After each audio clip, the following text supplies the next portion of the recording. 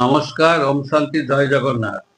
সম্প্রতি দেখা যাଉଛି ଜୟଦେବ ନିର୍ବାଚନ ମଣ୍ଡଳୀରେ ଯେବେଠୁ ବିଜେଡିର ବିଧାୟକ ହେଇଛନ୍ତି ତାଙ୍କର ଗୋଟେ ଚିନ୍ତାଧାରା ଯେ ଆମେ ଏ ନିର୍ବାଚନ ମଣ୍ଡଳୀ ଆମର ସରକାର ଯାହାର ବି ଯାହା ଥାଉ ନା କାହିଁକି କିନ୍ତୁ ଆମେ ହଉଛି ସବୁ କିଛି ଯାହା ବି ଡେଭଲପମେଣ୍ଟ କାମ ଆସିବ ଯେକୌଣସି କାମ ଆସିବ ଆମେ ହିଁ କରିବୁ ଆମର କର୍ମୀ ମାନେ କରିବେ ବିଜେପିର କାହାକୁ ଗୋଟିଏ ଟଙ୍କାର କାମ ଆମେ କରେଇ ଦେବୁ ନାହିଁ।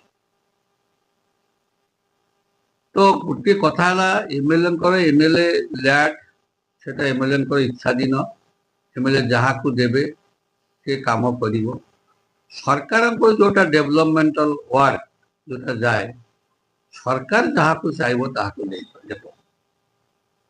ତ କିନ୍ତୁ ଏମାନେ ଭୁଲି ଯାଉଛନ୍ତି ଏମାନେ କହୁଛନ୍ତି ଯେ ଆମର ଏମଏଲଏ ମାନେ ଆମର ସରକାର ଆମେ ଅନ୍ୟ ଲୋକଙ୍କୁ ଅନ୍ୟ କୌଣସି ଦଳର ନା କଂଗ୍ରେସକୁ ନା ବିଜେପିକୁ କାହାକୁ ଆମେ ଟଙ୍କାକର କାମ କରେଇ ଦେବୁ ନାହିଁ ଏଭଳିଆ ତାଙ୍କର ମନୋଭାବ ସୃଷ୍ଟି ହେଇଛି।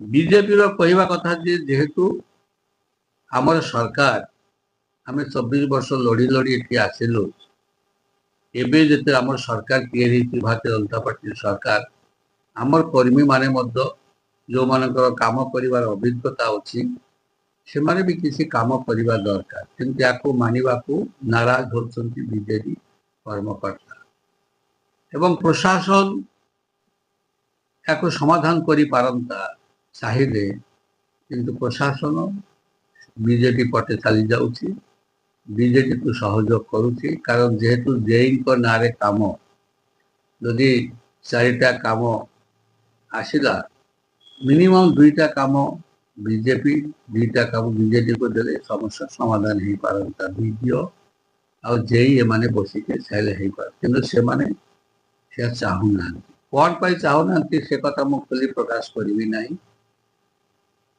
ତ ଲୋକ ଜାଣୁଛନ୍ତି କଣ ପାଇଁ ଚାହୁଁନାହାନ୍ତି। ଏହା ଦ୍ୱାରା ଦିନକୁ ଦିନ ତିକ୍ତ ମନୋଭାବ ସୃଷ୍ଟି ହବ ଗଣ୍ଡଗୋଳ ହବ ମାରପିଟ ହବ କାମ ଦାମ ବନ୍ଦ ହବ ଏ ନାନା ପ୍ରକାର ସମସ୍ୟା ସୃଷ୍ଟି ହବ। ତେଣୁକରି ଜିଲ୍ଲାପାଳ ବିଡିଓ ଏମାନେ ଏ ବିଷୟରେ ଟିକେ ଧ୍ୟାନ ଦେବା ଦରକାର ଏବଂ ଗୋଟେ ଆମିକାବଲ ସେଟଲମେଣ୍ଟ ହେବା ଦରକାର। କାରଣ ଆମେ ମନା କରିବୁ ନାହିଁ ଜନପ୍ରତିନିଧି ଯିଏ ହେଇଛି ଯୋଉ ଦଳ ହଉନା କାହିଁକି ତାର ବି ତାକୁ ବି ସମ୍ମାନ ଦେବା ଦରକାର ତାକୁ ଏବଂ ଯୋଉ ସରକାର କର୍ମଚାରୀ ଯୋଉମାନେ ଅଛନ୍ତି ସରକାରୀ ଦଳର କର୍ମକର୍ତ୍ତା ତାକୁ ବି ସମ୍ମାନ ଦେବା ଦରକାର। ତେଣୁକରି ୟାର ସମାଧାନ ଏକମାତ୍ର ଜିଲ୍ଲାପାଳ ବିଡିଓ ଏମାନେ କରିପାରିବେ। ତେଣୁ ମୁଁ ଅନୁରୋଧ କରୁଛି ସେମାନଙ୍କୁ ସଂଘର୍ଷ ଯେମିତି ନ ଲାଗିବ କାମ ଦାମ ଯେମିତି ସୁରୁଖୁରୁରେ ହବ କ୍ୱାଲିଟେଟିଭ କାମ ହବ ଆଉ ଯେମିତି ଲକ୍ଷେ ଟଙ୍କାର ଘାସ ଛାଞ୍ଚି କରି 5 ଲକ୍ଷ ଟଙ୍କା ବିଲ୍ ନ ହଉ। ବର୍ତ୍ତମାନ ଦେଖାଯାଉଛି ପିଡବ୍ଲ୍ୟୁଡିରେ 20 ଲକ୍ଷ ମାନେ କୋଟିଏ ଟଙ୍କାର କାମ ବିଜେଡି ବାଲା ନେଇଛନ୍ତି ଯାହା ଶୁଣା ଯାଉଛି। ଆଉ ଯଦି ଲକ୍ଷ ଲକ୍ଷ ଟଙ୍କାର କାମ କରି ଯଦି 5 ଲକ୍ଷ ବିଲ୍ କରିବ ତାହେଲେ ତ ନିଶ୍ଚିତ ଭାବରେ ଭିଜିଲାନ୍ସର ତଦନ୍ତ ଏହାପରେ ଲୋକ ଦାବି କରିବେ ସମସ୍ୟା ହବ। ତେଣୁକରି ଯୋଉମାନେ କାମ ବାଣ୍ଟୁଛନ୍ତି ସେମାନେ ଦେଖିବା ଦରକାର ଯାଇକି ଠିକ ଯେତିକି ଟଙ୍କା ସେତିକି ଟଙ୍କାର କାମ ହଉଛି କି ନାହିଁ ଧ୍ୟାନ ଦେବା ଦରକାର। ଲୋକଙ୍କର ଅଭିଯୋଗ ହଉଛି ଯେ ଲକ୍ଷେ ଟଙ୍କାର ଘାସ ଚାଞ୍ଚି କରି 5 ଲକ୍ଷ ଟଙ୍କା ବିଲ୍ କରି ଖାଇବା ପାଇଁ ପ୍ରସ୍ତୁତ ହେଲେନି।